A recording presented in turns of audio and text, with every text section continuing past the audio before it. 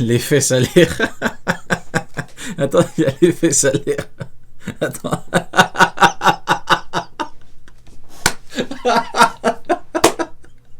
Ah, je suis mort.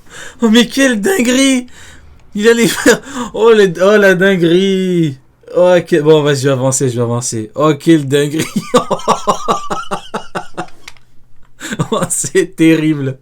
Ah ouais. Ah, il a pas rigolé, Barbe Blanche, hein. Waouh. De toutes les parties de son corps, Ah et tombera ouais. entre deux fissures du sol sous Marineford. Malheureusement, la clim ne durera que 2 chapitres, puisque 2 chapitres plus tard, Akainu reviendra en faisant un tunnel de magma et jouera le show face à l'équipage de Barbe Blanche. Il s'arrête jamais visiblement. Effectivement, il s'arrête jamais, mais après Shanks, du coup, il a bien calmé. Hein. Il a dit hop, Coco, c'est mieux pour toi que t'arrêtes. Voilà pourquoi je dis que Shanks, voilà, c'est pas un mec qui aime gifler les gens. Il a pas de plaisir particulier à tabasser les gens. Lui, il est plus, s'il peut éviter les problèmes, il les évite. Maintenant, bon, il se trouve que le mec, c'est un mec extrêmement fort qui peut te gifler. C'est vrai qu'il a dit à la niche, il s'est calmé. Durant toute la saga East Blue, Zoro montrait clairement que c'était l'homme sur lequel Luffy pouvait compter pour devenir un grand pirate. Il était puissant et réfléchi. Et pourtant, lors de l'arc Baratie, malgré tout ce que nous avait montré Zoro jusqu'à ce moment, ça ne suffira pas. Zoro se confronte à Regardez comment il tourne. Dracul Mihawk, le meilleur épéiste du monde. D'ailleurs, qui va faire une dinguerie à Don Krieg en coupant son navire. Don Krieg se fera dessus à ce moment. Et on le comprend. Enfin bref. Reprenons les événements. Zoro débarque et demande en duel œil de faucon. Et malgré le fait que Zoro soit déterminé comme jamais, Mihawk commencera son humiliation en utilisant un vulgaire couteau pour manger. Quel gamin Mihawk. Mihawk, il a 90 ans. Il tabasse des jeunes sans acquis avec des petits couteaux. C'est vraiment terrible. Hein. Franchement, si j'ai bien une question à lui poser, Mihawk, c'est qu'est-ce que tu penses de ta carrière? Franchement, si tu me dis, tu peux lui poser une question, il va te répondre. Je lui dis, qu'est-ce que tu penses de ta carrière? Tu passes ton temps à tabasser des gens sur East Blue. T'es Shichibukai. Quand on t'appelle pour venir défendre les intérêts du GM, tu viens. Ses 3 sabres en Demon Slash avec une facilité déconcertante. Il va parer tous ses coups et va s'amuser avec. Il va carrément lui faire manger le sol plusieurs fois. Ensuite, il va l'embrocher, détruire ses 2 sabres et le finir avec son Kokuto Yoru. Une annihilation totale qui mettra Zoro dans un état si endommagé qu'il le rendra fou Arlong. Ouais, c'est vrai qu'Arlong, il avait câblé. Hein. Bon, à juste titre. Hein. En voyant sa cicatrice. Mais aussi tellement endommagé que tout le reste de l'arc Baratie, Zoro sera en mode rompiche. Les mentions honorables. Shanks vs Akainu. Après nous avoir lâché la meilleure prestation côté marine à Marineford, en ayant blessé Jinbei, Luffy, tué Ace et défiguré le vieux Barbe Blanche, poursuivi de l'équipage de Barbe Blanche et enfin détruire le petit Courriel, il a créé la peur dans l'équipage de Barbe Blanche. Tout le monde a été surpris de le voir encore vivant après le coup de rage de Newgate. Il a inspiré la crainte durant toute la guerre et malgré tout ce qu'on vient de vous évoquer, Akainu était sur le point de détruire Kobe. Shanks est intervenu de nulle part et a stoppé l'attaque. Ça, j'aime beaucoup. Voilà. Si on me dit pourquoi t'aimes One Piece, notamment pour ce genre de moment, tu t'y attends pas, c'est cohérent, c'est logique, ça entre parfaitement dans la construction de l'arc, et le mec il lui chie dessus. C'est parfaitement fait, on valide. De Akainu. Et c'est tellement incroyable. Regardez la portée du truc. Le mec, c'est un marine qui tabasse un autre marine, il veut le tuer, et c'est un pirate qui vient empêcher un marine de tuer un marine, et qui empêche la guerre de continuer. Mais c'est une dinguerie. Mais c'est un truc de zinzin. Franchement, c'est fou. Nous, pas besoin d'attaque, juste sa présence a suffi à créer une coulante chez Akainu. Ah, tu t'es chié dessus, hein. Regardez comment il est. Alors on peut nuancer ce moment par le fait que théoriquement un marine doit avoir la confirmation de ses supérieurs pour attaquer un Yonko, mais dans tous les cas, le personnage d'Akainu n'est pas du genre à respecter les... Oh, il est pas dur à respecter, surtout que le mec il a tué un père de famille marine, il allait tuer Kobe, il en a rien à foutre. Hein. Concrètement, Akainu c'est pas le genre de mec à respecter, tout à fait, oui. Règle ou la morale. S'il avait le niveau de Shanks, il aurait engagé le combat. S'il était pas très loin du niveau de Shanks, il aurait engagé le combat. C'est juste qu'il sait très bien que c'est pas possible. Hein. Il vaut mieux pas pour lui. Il va se manger un Kamusari, il va mourir. Donc c'est mieux pour lui d'arrêter. Il a eu raison. Donc c'est tout de même une clim puisque Akainu n'a pas répondu présent à la présence d'un pirate notoire face à lui. Il l'a fermé et a laissé Shanks parler. Kyros, la légende du Colisée de Dressrosa, le gladiateur qui atteint le record inégalé de 3000 victoires dans le Colisée sans défaite. Un personnage si fort dans le pays de Dressrosa qui lui fait ériger une statue pour montrer à quel point cet homme a marqué son lieu de combat favori. Ainsi, lors de la nuit où Doflamingo a attaqué le pays, Kyros a fait face à la Doflamingo Family et s'est retrouvé la jambe enchaînée. Malgré tout, il portera un acte de... C'est pas drôle, mais regardez le pauvre. Ah, c'est pas drôle, mais si, c'est trop drôle, regardez. Ah, c'est une dinguerie, regardez comme il est en pleurs et tout. Non, par pitié, laissez-moi. Ah, quelle merde, Doflamingo. Bravo, incroyable. Perdant Oui, Doflamingo, c'est pour ça qu'on l'aime bien. Que Doflamingo, c'est une merde, mais... sa jambe par une dernière attaque pour libérer le roi. Voilà, c'est typiquement dans le truc, quoi. Le mec, il est zinzin, quoi. C'est un pirate, voilà, un peu fou, qui fait des trucs de fou, quoi. Mais Sugar s'interposa et ainsi le plus grand gladiateur de Dressrosa tombera dans l'oubli total en se transformant en jouet unijambiste. Alors pendant des dizaines d'années, il vivra dans l'impossibilité de réellement agir sur ses bourreaux. Kid. T'es vraiment mauvais? Bah pas du tout, pourquoi? Parce que j'ai dit que c'était drôle. C'est drôle. Regardez comment il est par terre en train de pleurer, le frérot. Il est où? Bon, je le retrouve pas, c'est pas grave, mais en gros il était par terre en train de pleurer, en train de saigner, c'est trop drôle. Et oui, encore lui. Après s'être fait climatiser par Kaido et perdre un bras face à l'équipage de Shanks, Kid, remis sur pied, a su se remettre sur la course du One Piece, en faisant une remarquable performance face à Big Mom et Kaido, aux côtés de Killer, Zoro, Luffy sur le toit de Nagashima, et en battant conjointement avec Law, la Yonko, Big Mom. Ouais, Kid, il me fait trop penser à Garp, c'est une dinguerie. Pourquoi il me fait penser à Garp? Parce que 2 contre 1 contre Big Mom, bah, il gagne, comme... Garp et Sengoku contre Shiki, 1 contre 1, il se fait tabasser. Comme qui? Garp. Vous voyez ce que je veux dire? Garp sur la ruche qui perd en 2 coups, bon, pas me dire que il donne le combat de sa vie à Yonko, quoi, ce serait mentir de dire ça. Donc il me fait trop penser à lui. À 2 contre 1, bah il y arrive, tout seul, il y arrive pas. Et après ce combat... Après c'est pas... En fait le problème c'est que Kid malheureusement beaucoup lui chie dessus, mais en vrai c'est Shanks quoi, c'est... Après c'est vrai Shanks il a chié dessus, c'est terrible.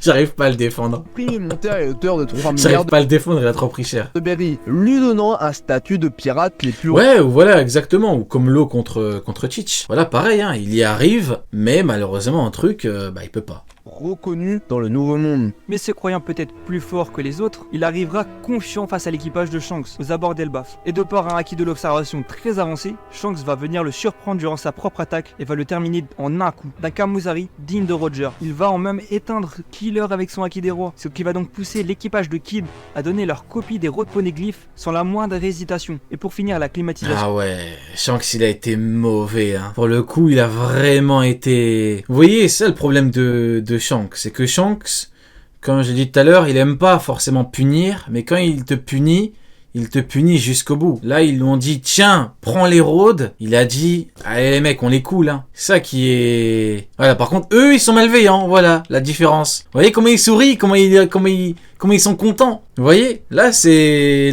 pas pareil. Shanks, je pense pas que ça lui fait plaisir, mais il doit le faire, donc il le fait. Mais eux, regardez-moi ça, regardez-moi cette malveillance. Regardez comment il sourit. Ou Shiryu, hein, regardez Shiryu contre Garp, quand il l'a planté. Et Garp, il lui a mis une grosse technique de judo, bah Shiryu il avait mal, mais il a quand même rigolé, parce qu'il est malveillant. Express, Dory et Brogy vont annihiler leur bateau d'un Hakoku et ils l'ont éteint. Aramaki. Ah, À la conclusion de l'arc Wano Kuni, il est là, enfin. Ok, donc je comprends.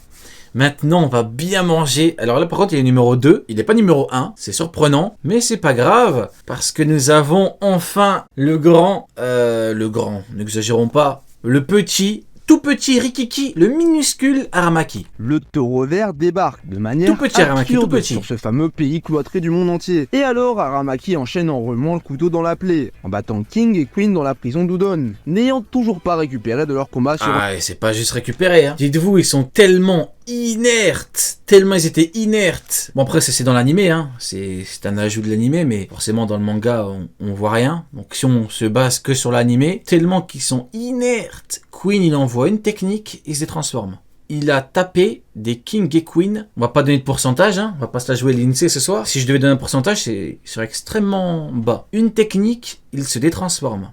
Rendez-vous compte, hein. Un mec qui vient de manger un Zoan, donc on prend l'exemple de Dennis Lobby, il peut combattre normalement tout le combat en Zoan, hein. Là, il envoie une technique détransformée. Donc la Toei a bien mis en évidence le fait qu'ils étaient extrêmement... C'est même pas juste affaibli, c'est... Une technique, tu te détransformes, enfin, au bout d'un moment, c'est... Comprenez bien ce que ça veut dire, quoi. Une technique, tu te détransformes, tout est là. Nigashima. Aramaki fait l'arrogant extrême en se permettant de dire qu'il Voilà va... pourquoi tu leur dis que c'est pas un truc qui prouve quoi que ce soit. Et voilà pourquoi après encore une fois, c'est Oda qui aime trop ça. Oda il aime trop te faire croire que, alors qu'après le mec s'est fait exterminer, ramener la tête de humilié. Mugiwara et que les commandants de Kaido ne sont pas un si gros problème pour lui. Sauf qu'au final, en arrivant vers la capitale, il va se confronter à un gamin de 8 ans qui va le faire galérer, il va manger un Boro bref, sauf que à côté, t'as le groupe des Mugiwara qui est au calme en train de Non, manger. regardez-moi ça. Ils l'ont regardé se faire taper par Momo. C'est terrible. C'est vraiment terrible. le combat. Zéro problème, zéro souci. Et là, Shanks spawn avec son Haki des rois Regardez-moi surpuissant. Et il va faire twerker Aramaki. Il va lui faire danser la salsa. Tout ça à des kilomètres de lui. Rien que la présence de Shanks et son équipage fera fuir Ryokugyu de Wano, tel un lâche. Regardez-le. C'est grave de lever les mains. Normalement, c'est le contraire. C'est pas le policier qui doit lever les mains. Qu'est-ce que t'as, Aramaki? C'est incroyable. Aramaki, il lève les mains contre un méchant. Et le méchant, il a rien fait. C'est juste pour sa présence. Il a juste vu. C'est terrible. Baisse les mains, Aramaki. Qu'est-ce que t'as? L'amiral vert qui s'est même contraint de lever les mains en l'air en L'image, elle est stratosphérique. signe de Mais soumission. baisse les mains. C'est pris la plus grosse clim de sa vie. Bellamy. Ah oui, Bellamy, oui. Oui, Bellamy. Oui, ok, oui. Je préfère quand même Aramaki pour tout ce qui englobe le truc. Que rappelons qu'on a eu une pause de 1 mois. Rappelez-vous qu'Oda a tellement trollé à l'époque qu'il a fait une pause de 1 mois. À la reprise, il se fait humilier. L'antagoniste Enfin, on avait eu le 54 avant. principal de l'arc Jaya. Arrogant et violent, c'est ce qui définit le mieux cet homme, qui lui a valu le surnom de la hyène. Déjà, première introduction, lui et son équipage brûlent un homme car Bellamy est un mauvais perdant au poker. Ensuite, il fait le malin avec Quelle merde, Bellamy. Luffy et Zoro en les faisant passer pour des guignols, il crache au visage de Luffy, et puis ensuite il insulte à la fois leurs rêves, mais aussi en malmenant leur corps, en les faisant passer à travers des fenêtres, ou encore en détruisant des bouteilles sur leur visage. Ensuite il va aller voler l'or récupéré par Montblond Criquet, qui va rendre fou de rage Luffy, qui va aller en expédition solo pour s'occuper de Bellamy. Ainsi Luffy se retrouve en face à face avec Bellamy, et après s'être encore ouvertement foutu de Luffy, Bellamy se prend le plus gros coup de poing de sa vie, et finira au sol inerte après une patate de forain. Oui, humiliation de zinzin, on peut le dire. Hein. Très très grande humiliation de Bellamy. Le problème, c'est que 10 personnages chauds puis calmés.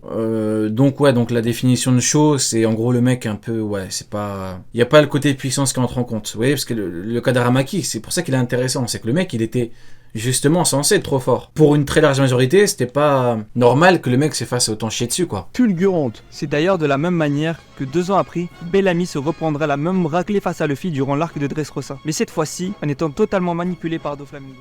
On peut conclure que énormément de personnages Ouais, ou alors chaud puis calmé, on peut compter Garp également. Garp chaud sur la ruche, puis calmé. Un coup d'épée, une patate, inerte. Donc on peut le dire, chaud puis calmé. Ça marche pour lui également. Pour Kizaru, chaud, il débarque, puis calmé. Ouais, ça marche pour eux également. Ou Rob Lucci. Ouais, Rob Lucci, ça marche également. Voilà, chaud puis calmé. Ça marche. Bon bah écoutez, pas mal la vidéo, j'aime beaucoup. Hein. Très intéressante.